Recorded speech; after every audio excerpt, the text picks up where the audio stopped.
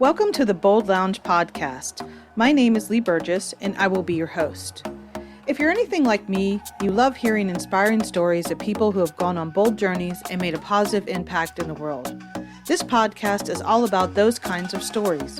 Every week we'll hear from someone who has taken a leap or embarked on an extraordinary journey. In addition to hearing their stories, we'll also learn about their bold growth mindset that they use to make things happen.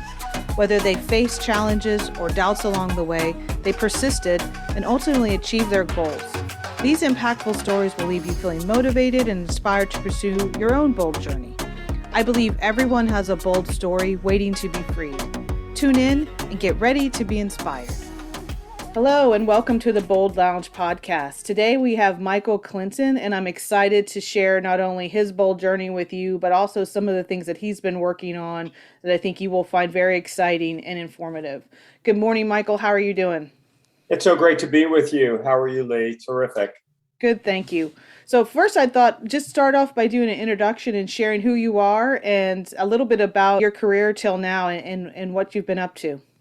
Well, thanks. I spent 40 years in the magazine publishing business. I was most recently the president and publishing director of Hearst magazines, 25 magazines and websites, etc. I had the great pleasure with the team of launching Oprah's magazine and Food Network and HETV, and we have many titles that I'm sure your listeners are familiar with. Prior to that, I was the publisher of GQ and the executive vice president of Condé Nast, and I was the chairman of the Magazine Publishers of America for several years. So deep in the magazine publishing business. And along the way, probably a lot of bold moments that we'll get into. So I'd love to start off with the definition of bold and understanding each of the folks that come on the podcast, what their definition is. So in your definition, what does bold look like? Well, I would give you a couple of answers to that. The first is things appear in our lives that they sort of stop us in our tracks, and we can either let them run us over or we can lean into them and push hard in terms of taking a bold move forward. So I'll give you an example. In the magazine business, there was major disruption, obviously, with all things digital. Mm-hmm. And, that was a sort of tsunami that hit the print world and had huge impact on the print world. And either, you retrench and cower or you move forward and learn all about it. This happened around 30 years into my career. And so I was coasting along and this wave hit. And I had to be the bold individual to not only embrace it, but bring along an entire team that had to rethink the whole business model as the digital world became a reality for us. So that's one piece. Mm-hmm. The second one, I would say, is from a personal standpoint. And that is always how we put limitations on ourselves, especially as we get into the second half of our lives. And so one of my bold moves was when I was in my mid-50s and I decided to go back to marathon running. And I ended up, and we can talk about this, ran 7 marathons on 7 continents. I celebrated my 60th birthday by running a marathon on Antarctica. And many people say, well, that was kind of bold of you to do that.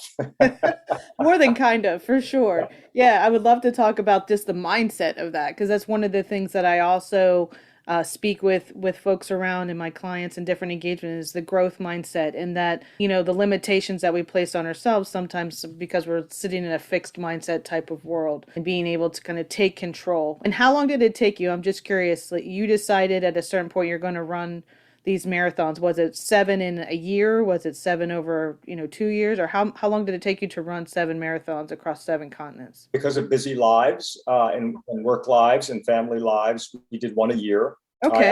I actually enlisted my sister, who was a runner as well. So we ran all over the world. We were in Africa and Mongolia and Toronto, where, by the way, we witnessed the first 100-year-old man cross the finish line of a marathon. So that's a pretty bold thing. He didn't start training for marathons until he was 82, ran his first marathon at 82. So I think that's a great example of bold. Yeah, absolutely.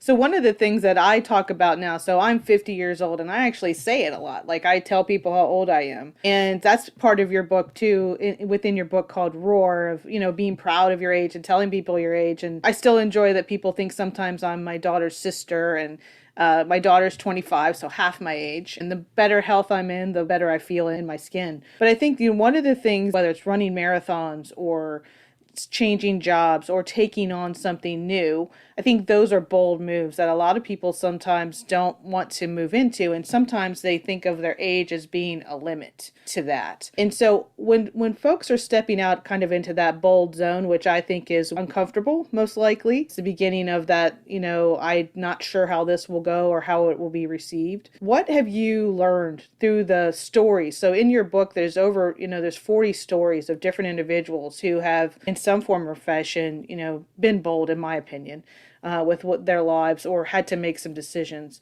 If people are thinking kind of, should I, shouldn't I, what would you share as maybe just the first thing they should think about, or even to make the first move, what's important? Well, it's a great question. And I think I would answer that by the astounding realization that people are beginning to have that if they're 50 and healthy, they probably have a good shot of living to be 90, if not 100. And the 100-year life is already here. And many of us will get there, but younger people will certainly have a much better shot. And what's happened is, in the past, when we started becoming 50 or 60, we began to think about the wind down, the quote, retirement syndrome. And I think what is happening now is people are beginning to realize that at 50, if they have another 40 years ahead of them, that is a completely new kind of landscape. There's no roadmap. The old script doesn't work anymore. The old script was written when life expectancies were in their mid-60s. The big awakening that people are having is that at 50 or 60, you can have a new career, you can have a new relationship, you can have a new lifestyle. You have a whole long road ahead of you that is more than, pardon the expression, retiring, playing golf, and hanging out with the grandkids.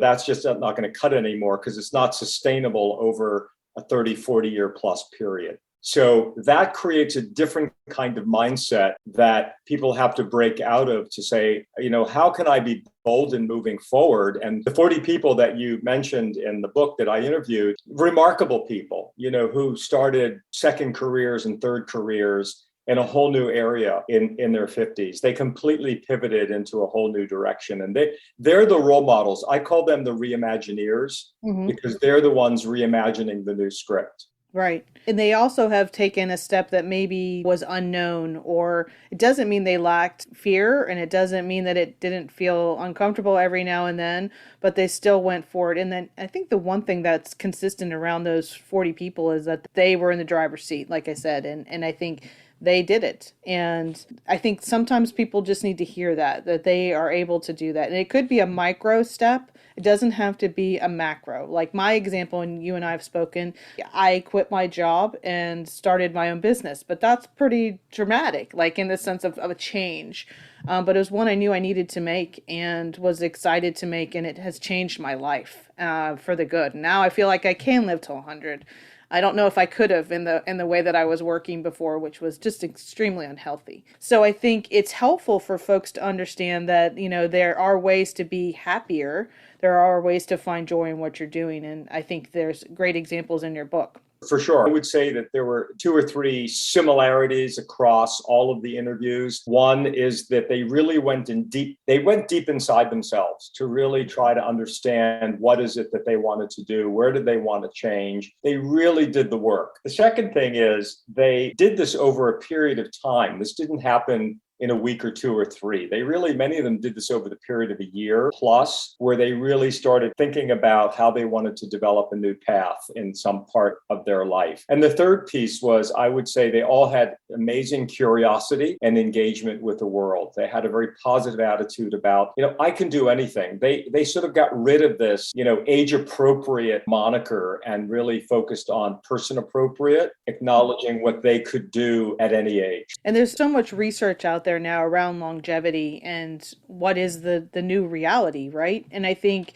sometimes there are some stigmas and things like that around age. And I'm really proud to be 50 because I feel like I'm smarter than I was at 40 for sure.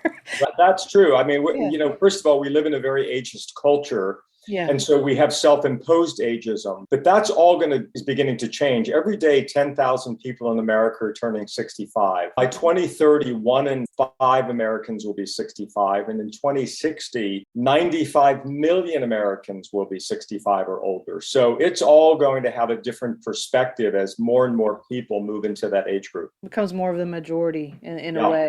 Yeah. So kind of excited about that since I'm getting older.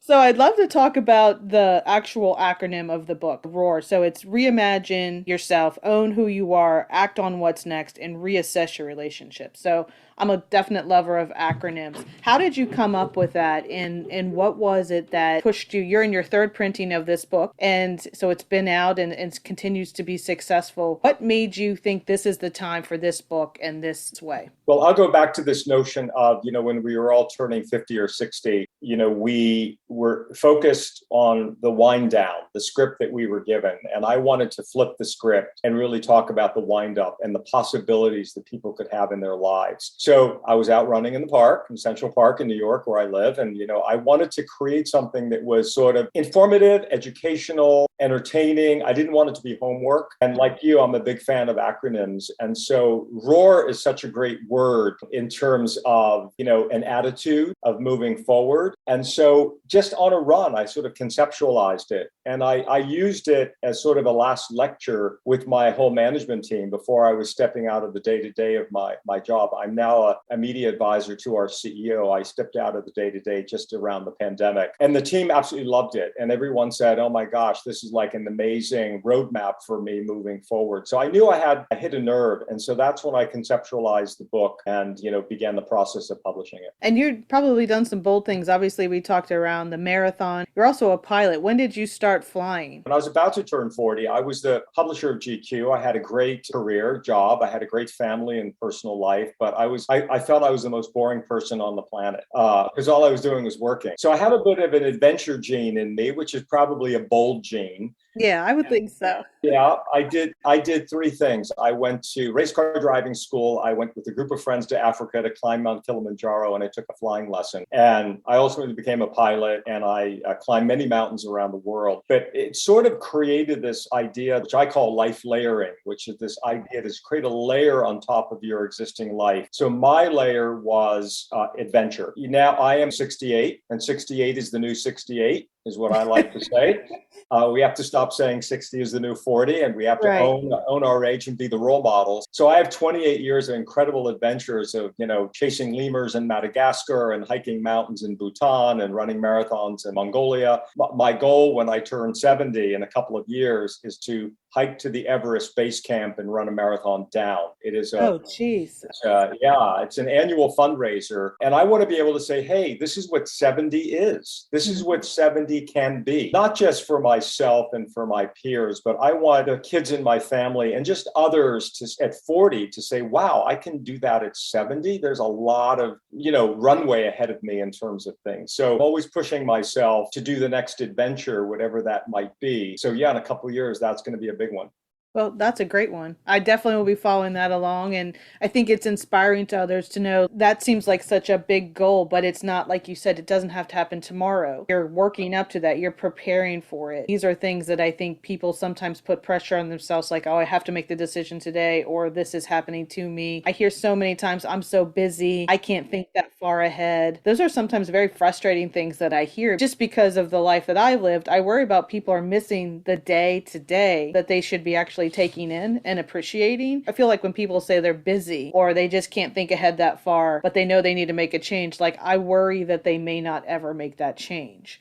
Yeah, it's definitely an excuse. In a book, I interviewed a psychologist, Dr. Cantonis, and she spends a lot of time in midlife negative self-talk. I can't do this. I can't do that. I don't have time. I'm busy. I have kids. It's an excuse. It's really an excuse. You have to carve out the time to sit back and identify your priorities and then map those priorities against how you're spending your time and regroup to be able to get to where you want to go. You said something earlier, which is true. People often say to me, well, I'd like to be a runner, just using running as as an example. Mm-hmm. And I've never run before. And I say, well, start by going up to the local high school and doing a couple of laps around the track, and then do a little jog, and then do a little run. And before you know it, you're running 1 mile, then you're running 3 miles. And before you know it, you might be running your first 10K. Yeah.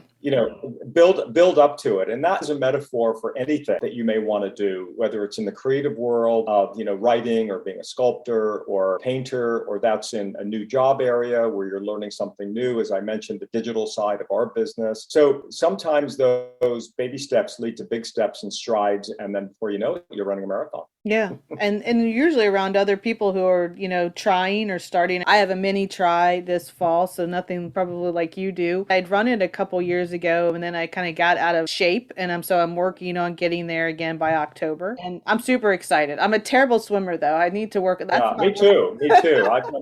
I've done the triathlon thing. I'm a terrible swimmer too. I like the long distance running. That's my worst leg for sure. Yeah. So I'm excited about that. But for me, like mentally, it was like, I don't have to be ready today. I can work up to it. So I'm excited about that. And then I think also something about running for me, like running solo is so much different than running together. And I find so much energy actually in running with others. And so I think there's some similarities with that too, in how we think. And so sometimes we sit with ourselves and we just in between our ears, we talk ourselves out of things. So I think that's what's nice too about your book is you can read these stories and you can look at the different things that people are thinking through. And I think there's a story that connects with a lot of people at different points in their career or their thought process. And the byline of the book is roar into the second half of your life before it's too late.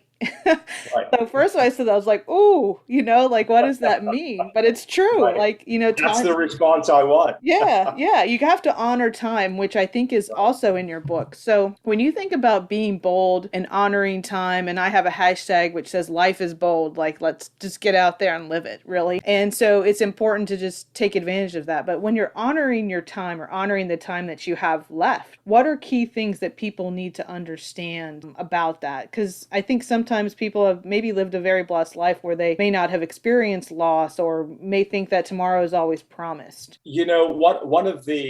A great inspirational book that I read many years ago was called The 5 Regrets of the Dying. And, it's a somber title, but it was written by a hospice nurse who sat with people at the end of their life for 25 years. She sat and did this, and she compiled themes. And the one theme that always struck me as a profound theme was, I wish I had been more true to myself. I wish I had really done the things that I personally wanted to do. Listen, we all have roles as employees and parents and spouses and partners. And that's all good. But let's put those aside for a moment. What are the things that you as the individual wanted to do in your life? And, oftentimes all of that is put on the shelf, and it leads to an enormous amount of regret and dissatisfaction. And so spending the time on your own goals and persona, what is really driving you. Oftentimes in the book has lots of fun little quizzes and exercises and fun things. Yeah, you have a roar tip. Little tips, exactly. Yeah. And so it's fun stuff. One of the things I like to say to people is go back to your younger self and recapture something that you left on the shelf in your 20s. What is it that you really wanted to do, but you were talked out of it by your parents or your teachers or your boyfriend or your girlfriend? The great example of someone who wanted to be an archaeologist and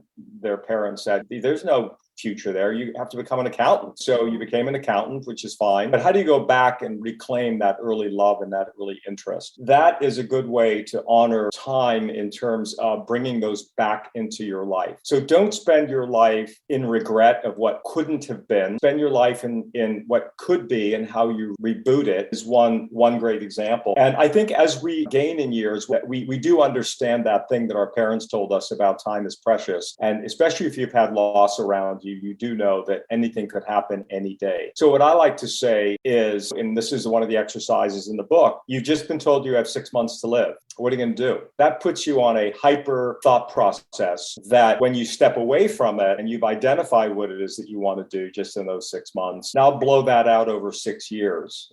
How do you get on a journey to get you somewhere that you really want to go? So the book, as I said, has lots of little tools and exercises to help you in understanding how you can honor time that is left. One of the things we share in common, I have the BOLD framework, which my O is ownership. And my ownership particularly is looking at your experience experiences and what's worked and what hasn't. I think a lot of times we actually don't think about the successes that we've had or the journey from here to there. Like we're always thinking about what didn't go right or what I could do more of or what I didn't. At least a lot of, I'll just speak for myself. Like I'm always thinking, oh, I hadn't done that. But if I actually sit back and go, where was I 6 months ago? Where am I today? And where am I thriving? And where I concentrate on where I'm thriving, like more of the positive comes from that versus thinking about where things aren't working. And your acronym O is really also ownership, but it is actually owning who you are. What does that mean, owning who you are? Because there's some bold in that. My focus is at midlife. So, if you're 50, let's do a self-audit right now. What is your life all about? Let's start with, owning your health numbers and your fundamentals. And it's amazing how many people at 50, and not to pick on guys, but men in particular, are clueless about their blood pressure and their heart rate and just fundamentals like that. So you've got to own your health metrics. You've got to own your financial well-being, because if you're going to live to be 90, are you going to have enough money? And so that's a hard look at where you're going to have an income and how are you going to have money. Own your age, which we talked about. Own your last number, that you are going to sometime leave the earth, hopefully at a ripe old age. And also own your failures, because when you go through that self-audit, and that also takes time. I always like to say, people, don't think you're going to do it in a weekend. Build it out over several months, write it down, put it on paper, really take a hardcore look at where you are right now in your life. Are you satisfied? And what areas are you not satisfied in? And what's your focus on where you want to go next? It might be fitness and health and nutrition. It might be a brand new career. It might be that your relationship is over and you have to face that reality. But doing it is hard. I mean, being a real self-critical person and really looking at your situation is hard. But you have to go into it to move forward. Excellent advice. I think I'll end with your last letter, which is reassess your relationships. And this is something when I quit the job that I had and kind of moved into this different space of owning my own business, I actually found that people weren't happy that I was happy. Kind of surprised about that. And it sounds like you've experienced that, or you know of it, or even know people who may think that way. But it was interesting for me because I thought like me being happy would make them happy. But what I realized is where we connected was either in a negative space or a challenge. And, they're kind of still living in their maybe unhappy place. And I had moved to a different space, and therefore we didn't have anything in common. So I did absolutely reassess my relationships, and my circle became much smaller. And I think that's sometimes hard for people to make a move to, but I think it's something that you may see. So what advice would you give to people when they're reassessing their relationships? Yeah, you have to be brutal with those people around you who are on team you, YOU, and support what you want to do. I've met a woman, she's 55. She wanted to go back and get a master's degree. Her kids were grown up. And she said, my kids are giving me a really hard time. I said, why? How old are your kids? And she said, 30 and 28. I said, why are they giving you a hard time? I hope you're not doing their laundry.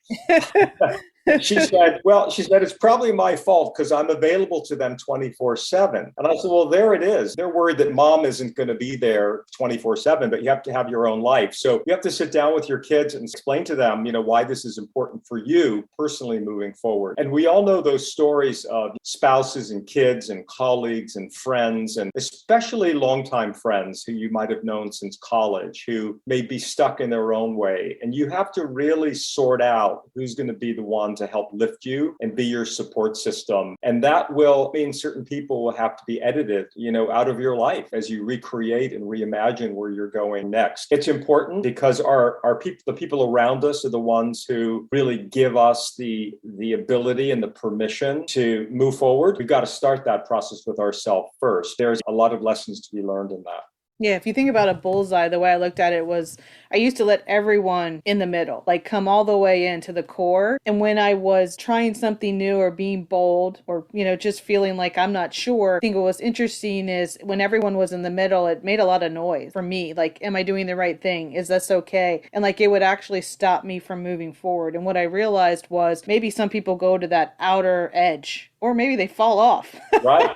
Right. But everyone wasn't permitted that access of the bullseye and of me. And that was a very different way of thinking because I like to be inclusive and I like to help people. But actually, I couldn't help anyone else if I didn't help myself first. So I think that's a really important message in your book. And also what you just said is you have to start with you and start there and the relationship out of there too. Because I think sometimes we have some negative self-talk within ourselves that we have to address and understand some of those shadows, why they're coming up. Right. Well said. And it's something like you said, and I think I just want to reiterate that this doesn't have to happen overnight and is not something that can happen over a weekend. Like, oh, let me get my journal out and I'm going to go from A to Z, from Friday to Monday. So I think giving permission for folks to understand that takes a little bit of time to get there. And that's okay, because you'll learn along the way for sure. I think the last thing we'll end with, as people are thinking about having a bold life and thinking about longevity, is there an unknown that, people just need to understand? You said some great stats and things like that just a few minutes ago about the possibilities and the numbers that are coming up. But when we think about longevity, what is something that you think people don't really know about it or would be helpful for us to leave with? I think the key thing is that breaking out of the barriers that you put up yourself, because what I like to say is look for role models in their 70s and 80s and 90s. And I have some incredible role models who are living amazingly dynamic lives at 90, and look at the possibilities that you have. I just met a couple nearby where I live. They're in their 80s and they just built their dream house. And I love it because, most people in their 80s say, well, I'm going to shrink my life, and they've expanded their life. And so go counterculture to what you're told you have to do and open your mind to what could possibly be. Look for those role models who were starting businesses in their 70s and going back to school in their 70s,